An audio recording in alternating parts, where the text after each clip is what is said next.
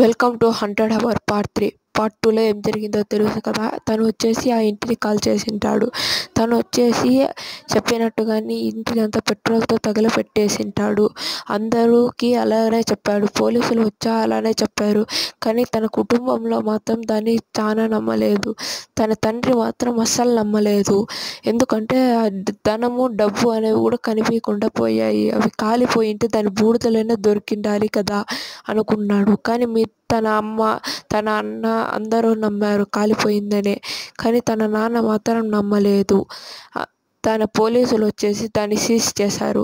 తను వచ్చేసి కైరా అమ్మాయి పేరు. ఆ అమ్మాయి వచ్చేసి చాలా పెద్ద దయ్యంలా మారింటుంది.